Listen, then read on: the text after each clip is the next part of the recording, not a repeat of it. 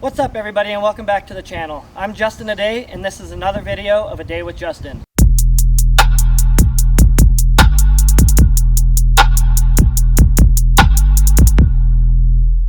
Today we're going to be talking about my 2012 McLaren MP4-12C. The car has a $280,000 sticker price straight from McLaren. It does have the purple chrome wrap over it, which also costs about $15,000. It was previously owned by the Stradman here in Utah. It was sold up to California and it was driven by Supercar Driven, which I bought it from and came back here to Utah. It's got the stealth wheels that are powder coated white. I'm not sure what color those were originally, but I think the white really brings out this car and makes it pop. The car was originally silver. It still looks good underneath it from the pictures that I saw when I picked up this car. Also on the inside of the doors, it's still got some silver there. The silver looks great underneath. But I do think I'm gonna keep this car purple for a while. Maybe switch it up in the future, I'm not sure. But right now, I'm kind of digging this. The car also has the red brake calipers from McLaren, which was an upgraded package with the matching red interior stitching.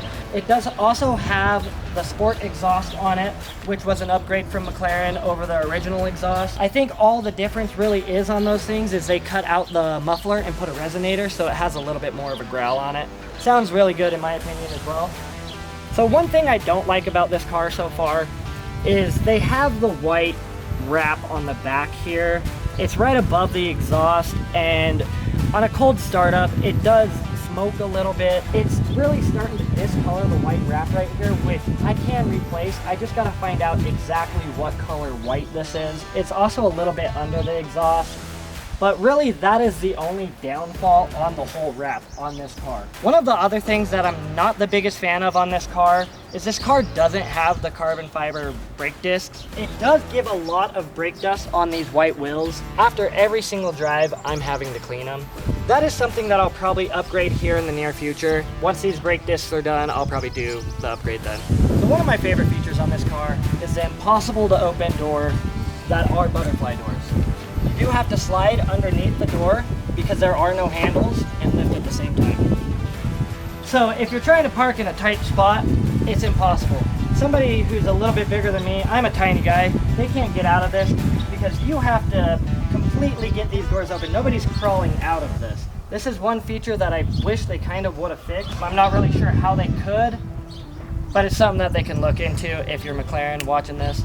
Big people want to drive these cars too, okay? So this car has the full carbon fiber interior matched with the black leather seats. It's got the carbon fiber steering wheel, center dash, side sills, and door panels. One of the main issues with the first model McLarens was the Iris 1 system was very slow. This one, luckily for me, has been upgraded to Iris 2, so it works a lot quicker, everything works on it, it's great. This car is equipped with a 7-speed automatic transmission, but you are able to put it in manual and use the paddle shifter to shift up and down. We do have normal sport track mode for performance and handling, so depending on what kind of road you're driving on, it can be comfortable as a daily driver, or it can be screaming on a track.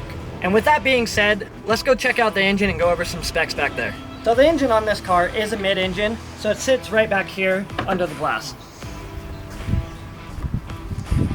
We do have a full carbon fiber package on this car, so everything on top of the engine, as you can see, is carbon fiber. One thing that I do not like about this car after getting it here is the carbon fiber back here in the engine bay is a little warped and starting to peel up. The previous owner, I believe, let sit in the sun and it started to chip up and started to get a little bit discolored with a little bit of, I don't know, yellow. It's something I'm looking forward to restoring, getting it replaced. I don't know if I have to go through McLaren for that, but I'll be figuring that out soon. So underneath all this carbon fiber, you'll find the engine. The engine is a 3.8 liter twin turbo V8. It pushes 616 horsepower and about 450 foot-pounds of torque with a top speed of 204 miles an hour. Overall, the car performs amazing. It drives great. We're gonna take it up the canyon here shortly, get a couple driving videos for you guys, give it a little bit of a canyon test run, see how I like it up through there. I've only driven this car so far just on the main roads down here in town, which can't really do anything fun. So let's get up in there and see what we can do.